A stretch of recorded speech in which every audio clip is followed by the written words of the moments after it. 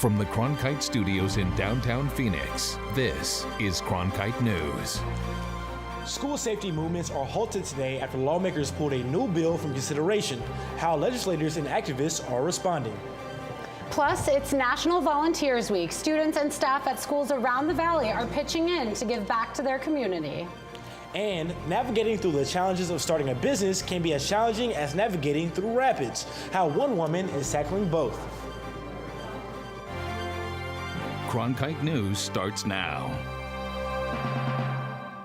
Good evening and welcome to Cronkite News on Arizona PBS. I'm Chancellor Johnson. And I'm Fortessa Latifi. Thank you for joining us. During a week that the March for Our Lives movement is back in the spotlight, Arizona lawmakers pulled a school safety bill from being considered in a committee hearing that was set for this afternoon. Cronkite News reporter Nicole Gutierrez is tracking where the bill stands now. What is said to be Governor Doug Ducey's improved version of Safer School Arizona, it's now being postponed, and the postponement of the bill is actually helping activists and senators create new opportunities. The piece of legislation that was going to be heard today was terrible. Senator Steve Smith and Stephen Yarbrough canceled today's committee hearing for SB 1519. We are not trying to ram this through. We're going to take the time necessary for it to be considered carefully and thoroughly. Governor Ducey had proposed his version of the Safe Arizona Schools plan last month, which called for more mental behavioral health resources at schools, increased law enforcement presence, and the introduction of the STOP measure, which would restrict access to firearms for individuals whom a judge rules poses a severe threat. The bill itself was completely watered down. Stop orders were ineffective in that form that it was proposed. It lacked any background checks and instead focused entirely on more guns on campus. And senators tell us they'll use this postponement to make adjustments. Due process is a critical part of this, and I know that the people are working hard to come up with a process that will actually be fair to any persons who might be subjected to one of these stop orders or an ex parte order. In reality, being canceled has become an advantage to us because now it is clear that the governor does not have Republican votes, which means that he's gonna have to open up for compromise. Now, Jordan Harp, who is one of the main organizers for March of Our Lives, says that the revision of this new bill actually helps them prepare for future demonstrations on the gun control movement. One of them is this Friday, which is the anniversary of the Columbine massacre. In Phoenix, Nicole Gutierrez, Cronkite News. Now to the latest in the push for more funding. Arizona teachers now plan to vote on a long-term walkout. The leaders of Arizona Educators United posted a video on Facebook last night saying 3 days of voting begins Tuesday. After multiple Red for Ed demonstrations last week, Governor Doug Ducey proposed a 9% teacher pay raise next year and 10% more by 2020, on top of 1% they're getting this year. However, teachers say Ducey's raise proposal falls short. He did not address teachers' other demands, which includes raises for support staff, a return to pre-recession school funding levels, and no more tax cuts until school spending reached the national average. Meanwhile, representatives from a variety of business and educational support associations gathered at the Capitol to show support for Governor Ducey's teacher pay plan. Gabriela Becerra is live at the Capitol with the latest.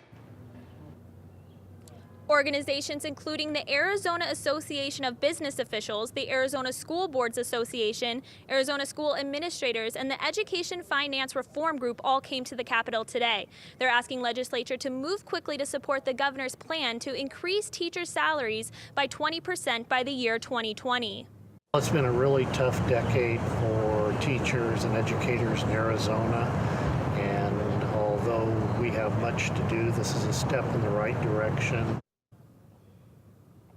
The Arizona Chamber of Commerce also released a statement today applauding Ducey's teacher pay plan and offering support from member businesses. And over the weekend, 6,000 volunteers found their own ways to support schools by making improvements, big and small, on close to 100 schools across the valley.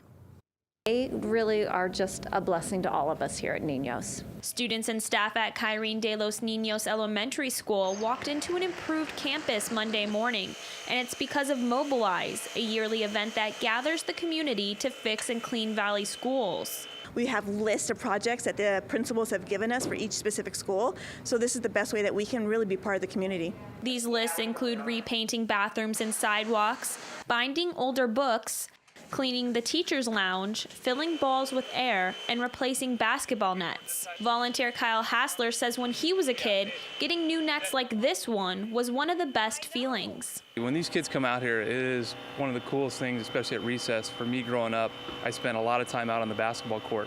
So to come out and get not only cloth nets instead of the chain, this is what a special treat I think the kids will be in store. Principal Tanya Yalung says the reaction from teachers and students is one of gratitude. What these volunteers can get done in only 2 hours, she says, is something that would take their staff weeks to do. It's wonderful to come back on Monday morning and hear the buzz in our building from the staff. Their gift of time, their energy is a blessing, and I think my staff, I know, they truly appreciate everything they do. For volunteers with Central Christian Church, the support doesn't stop after they leave these schools. Inside the church, what we're doing is we're putting together teacher appreciation packages. A small gesture that means a lot to many teachers at a time they say they're feeling underappreciated and undersupported. They're raising up the next generation, so we're trying to support them as best we can by volunteering. In Tempe, Gabriela Becerra, Cronkite News. Senator John McCain is reportedly in stable condition after he was admitted to Mayo Clinic in Phoenix. McCain's office says he underwent surgery to treat an intestinal infection related to diverticulitis. McCain has been in the Valley for several months receiving treatment for an aggressive form of brain cancer. There are new numbers from Washington on Operation Guardian Shield. President Donald Trump's plan to have troops help enforce laws along the U.S.-Mexico border. Late today, the National Guard Bureau's vice chief said about 900 Guard members are deployed so far. There are close to 250 working in Arizona. 650 are deployed in Texas and more than 60 in New Mexico.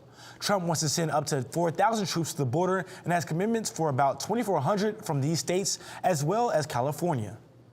U.S. Senator Jeff Flake today spoke on the Senate floor to urge support for his legislation to clarify the White Mountain Apache tribe water rights settlement. The bill would amend a 2010 act so that settlement funds may be used for the planning, design, and construction of the tribe's rural water system in Arizona. Water rights have a substantial impact on the lives and livelihoods of so many residents. These measures are critical to communities around the great state of Arizona. Flake says his legislation needs to be passed quickly if the tribe is to complete their project studies before the initial settlement takes effect in May of 2021.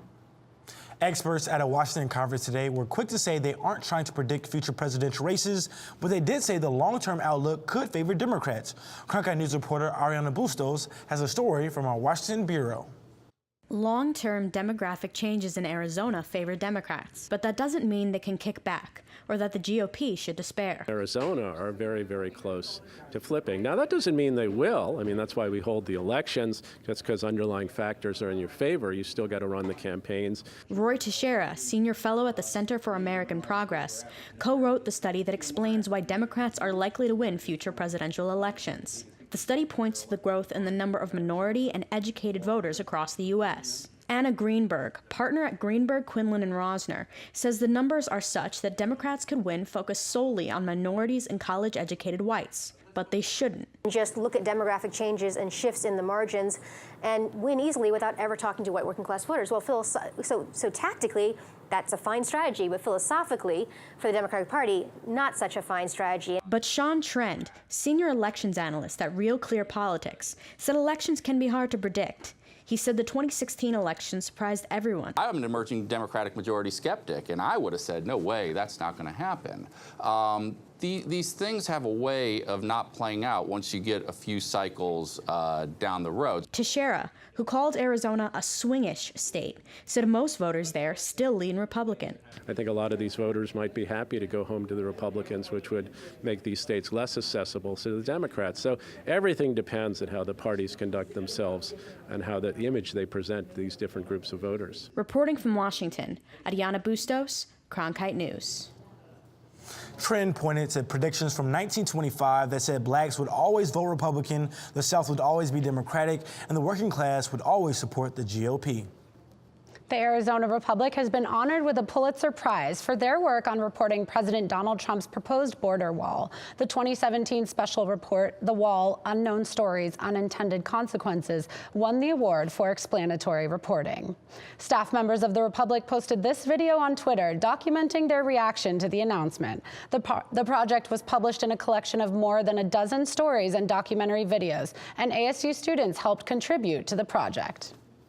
Meanwhile, another ASU alum made a name for herself today as she became the first American woman to win the Boston Marathon in over 30 years. Desiree Linden, a two-time Olympian, finished in an unofficial time of just under 2 hours and 40 minutes. The 34-year-old took the lead from Kenya's Gladys Chisser and before mile 22 and never looked back. Some cultural stressors may hit women harder than men. Coming up on Cronkite News, how one woman conducts virtual therapy sessions to help women around the world overcome these stressors. Plus, why cybersecurity should be a concern when it comes to your medical devices. I'm Judy Woodruff, anchor and managing editor of the PBS NewsHour. The journalists of tomorrow face a fast-changing media landscape, but quality news remains vitally important to our communities, our country, and our world.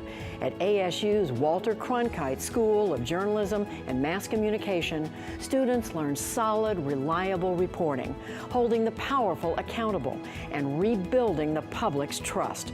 The Cronkite School and Arizona PBS, preparing the next generation for a stronger future of journalism. As journalists at Cronkite News, we report on stories that matter to you by focusing on the local impact.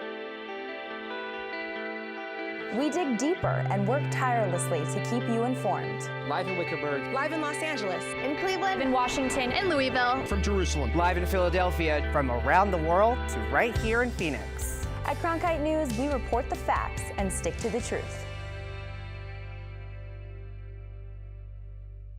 Millions of people die every year from drinking dirty water. I would never have felt I had the ability to do something without ASU pushing me. We built filtration systems out of local materials with the people. To see those kids drink clean water for the first time, it's the most rewarding feeling that you can ever have. I went to ASU because I wanted to change the world. The thing I never would have expected is how the world would have changed me. Robots and drones will now be responsible for maintaining the Salt River Project's irrigation canals. SRP says the robots will make the operation work a lot more efficiently as opposed to using resources to bring individuals, trucks, and equipment to a remote location.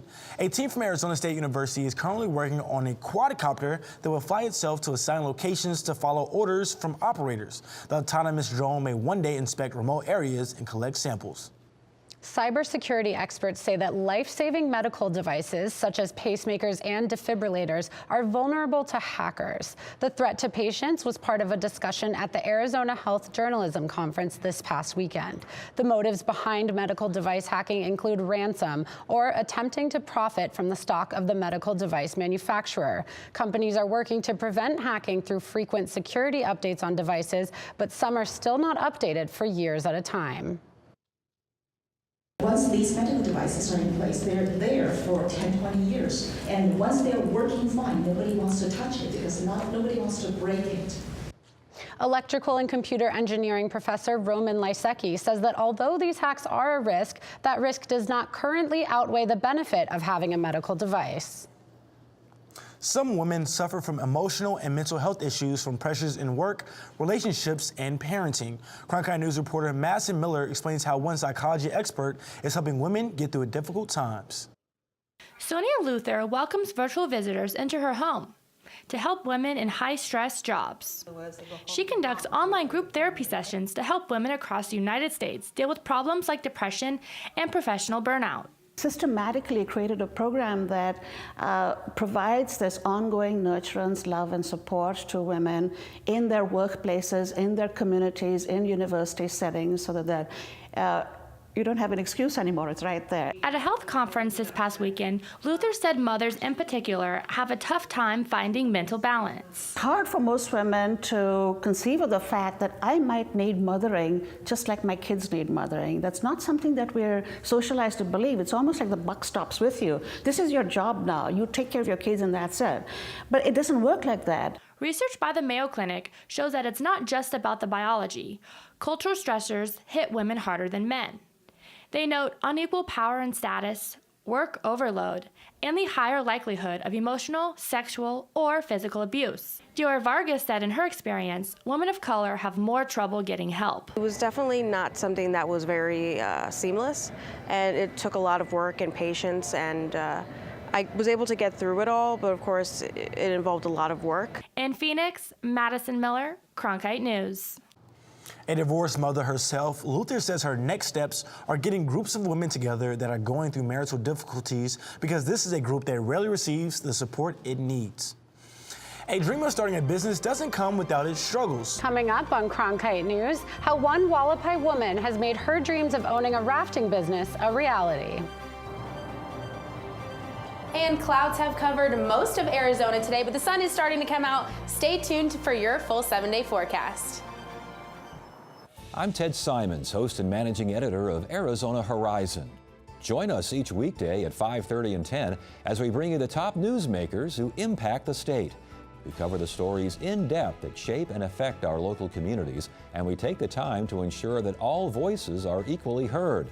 For more than 30 years, Arizona Horizon has been your voice and your source for what matters most, right here on Arizona PBS. I'm Matt Berry, ESPN Sports Center anchor and graduate of ASU's Walter Cronkite School of Journalism and Mass Communication. With its bachelor's and master's degrees in sports journalism, the Cronkite School is preparing the next generation of sports journalists to tell stories that matter, stories that excite, inspire, and inform. Cronkite immerses students in covering sports at all levels in one of the country's top sports markets. It's this hands-on experience under the guidance of award-winning sports media veterans that shape the top journalists of tomorrow. By the year 2050, there will be more plastic in the ocean than fish. Before Professor Halden, I had an insane amount of passion, but I almost felt helpless because I didn't know how to use it. Professor Halden gave me a chance to make a difference. Being at a place like ASU allows you to take these big leaps. Ultimately, the biggest problems in the world cannot be solved alone. Starting a new business can be intimidating, but for one Native American entrepreneur, operating on a reservation has proved even more challenging. As part of our Access Across Arizona initiative, Cronkite News reporter Lillian Donahue traveled to Peach Springs near the Grand Canyon to take a look at how one woman did not give up on starting her own company. The Grand Canyon is the backyard of the indigenous Wallapai Nation. For over a decade, the tribe didn't allow new rafting businesses to start on the reservation. But just a few years ago, that ban was lifted, allowing a determined Native entrepreneur to pursue her passion. There be the name of the company, Grand Canyon 9. Growing up on the Wallapai Native Reservation, Patricia Sespuch says she loved the Colorado River and dreamed about working on the water. This is the only thing that I've ever wanted to do in my life. And it's taken her 2 decades to do just that. She's just opened Grand Canyon 9 Rapids, her independent whitewater rafting business specializing in overnight trips in the southwest region of the Grand Canyon. It's been a labor of love, full of challenges along the way. Not only do you have to abide by the national park rules and regulations out here, but within your own nation within a nation, which is Indian country, you have to operate by the tribal council's requests and demands. Those demands came shortly after receiving her rafting permit in 1998, when the Wallapai Tribal Council enacted a moratorium a year later, barring her and any new rafting business from starting, while still allowing the tribe-funded rafting business to continue their operations. But Sespuch didn't give up, selling jewelry for years, saving up money for her own business. You know, it's been a long journey. It really has, and I do get emotional about it because I'm here. That's the great thing. Grand Canyon 9 Rapids is an independent endeavor, which means she gets no funding from the tribe, making family and guests crucial to the survival of the new company. Supporting local business and getting an opportunity to learn about the land that we're on from people that have access to the innate knowledge of it. I think it's going to be a cool trip. Hopefully we get an opportunity to learn more about it. Now, every single time Grand Canyon Rapids comes out here on the Colorado River, they spend about 1 to 2 days going over 53 miles. And in a business usually run by men, she stands out as the boss. This is my first time experiencing a lady doing something like this. You feel a cleansing, and that's how I feel. All my troubles and worries, they're not on that water, and that's the greatness of it all. We reached out to the Hualapai Tribal Council to get their take on Sespuch's business. What they have told us is that they have no plans to invest in Grand Canyon 9 Rapids since they don't receive any profits from her company. Lillian Donahue, Cronkite News. It was a cloudy day across the valley today. Holly, what does our forecast look like for the rest of the week? So we're actually going to have a beautiful few days ahead of us here in the valley. Temperatures are going to be a little below normal, but today wind speeds are extreme. In the northern Arizona region, they actually saw wind speeds up to 50 miles per hour, and these wind speeds created high wind advisories as well as red flag warnings across most parts of Arizona. And still, these gusts are continuing to pick up pockets of dirt, and it's going to create a little bit of an air quality issue. So tonight, make sure to stay inside. If you do have any respiratory problems, try to stay inside, but tomorrow these winds are going to die down and our temperatures are actually going to be below average. 74 degrees is the high in Phoenix tomorrow, 74 in Tucson, 49 in Flagstaff, and 44 in the Grand Canyon. And we are going to have some cool days heading into this week as well. Thursday will be 82 degrees and pretty breezy out there as well. But then on Saturday, 90 degrees will be our high. Sunday, 95. So try to get outside this weekend and enjoy these warmer temperatures. For Cronkite Weather, I'm Holly Bach. Native American images have long been used in advertisements and consumerism. Coming up on Cronkite News, how one museum is presenting the deep history of Native Americans and how it is incorporated in everyday pop culture.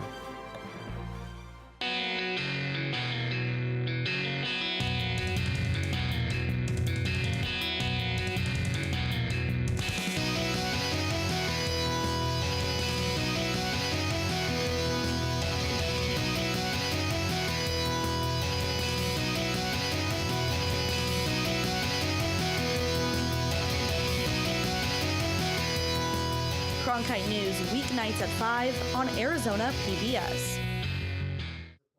Fridays, it's at Cronkite News, your social sharing connection where you choose the news. Facebook likes and shares, tweets, retweets, and favorites. YouTube views and subscriptions. We're watching you watch us. From our digital home at cronkitenews.azpbs.org to your television, web browser, or mobile device. Find us on Facebook, Twitter, and YouTube. Then join us for at Cronkite News, our weekly refresh, each Friday at 5 on Arizona PBS.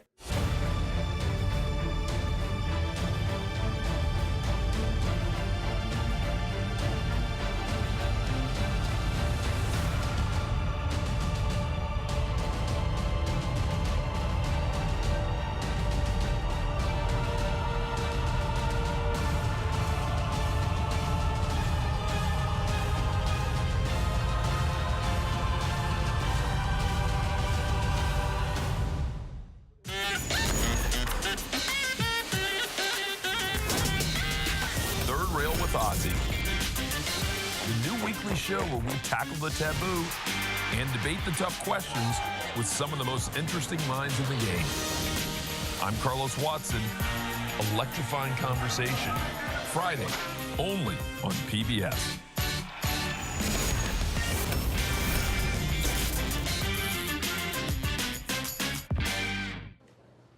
Cherokee, Apache, Dakota, Mohawk, all names of Native American people, but also names of cars and carpets, weapons, and places in the United States. A new exhibit at the National Museum of the American Indian looks at the use of Native American words and images in culture and advertising. Cronkite News' Shelby Lindsay reports from our Washington bureau. American Indians make up about 1% of the population, but their images are inescapable in American culture and contemporary life, a phenomenon an exhibit here explains. For a group so small, you see their images branded on food, cars, street names, and even military equipment. Paul Chott Smith, lead curator for the Americans exhibit, explains just how profitable the American Indian image has been. For hundreds of years, one ethnic group is a signifier for weapon system, sports teams, baking powder, a whole range of things. Chott says the brand used by other Americans doesn't show all aspects of Indian life, and many Native people find this demeaning and racist. So I think it's reassuring for the country to like Indians, but like Indians in the past, and like abstract Indians. Although some images are at times insensitive, Chott says the popular imagery speaks to the American need to make sense of its history with Native people. So it's strangely a positive phenomenon, we believe. The exhibition reveals the deep connection between American Indians and other Americans, and co-curator Cecile Gontome says the United States heavily fixates on certain segments of the population. We don't know of any other country in the world where the population is so fixated with one segment of the population that it is constantly recreating images of those people. Chott says this is a subject that all Americans should learn more about. It's normalized, so we don't really think about it or see it, but this is a connection all Americans have, and we think it's worth a closer look. Reporting in Washington, Shelby Lindsay, Cronkite News.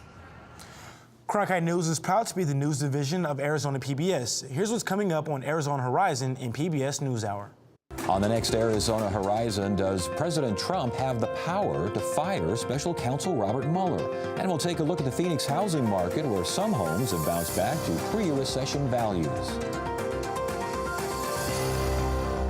I'm John Yang. On the next NewsHour, fallout from James Comey's first interview after a new book critical of President Trump. That's Monday on the PBS NewsHour.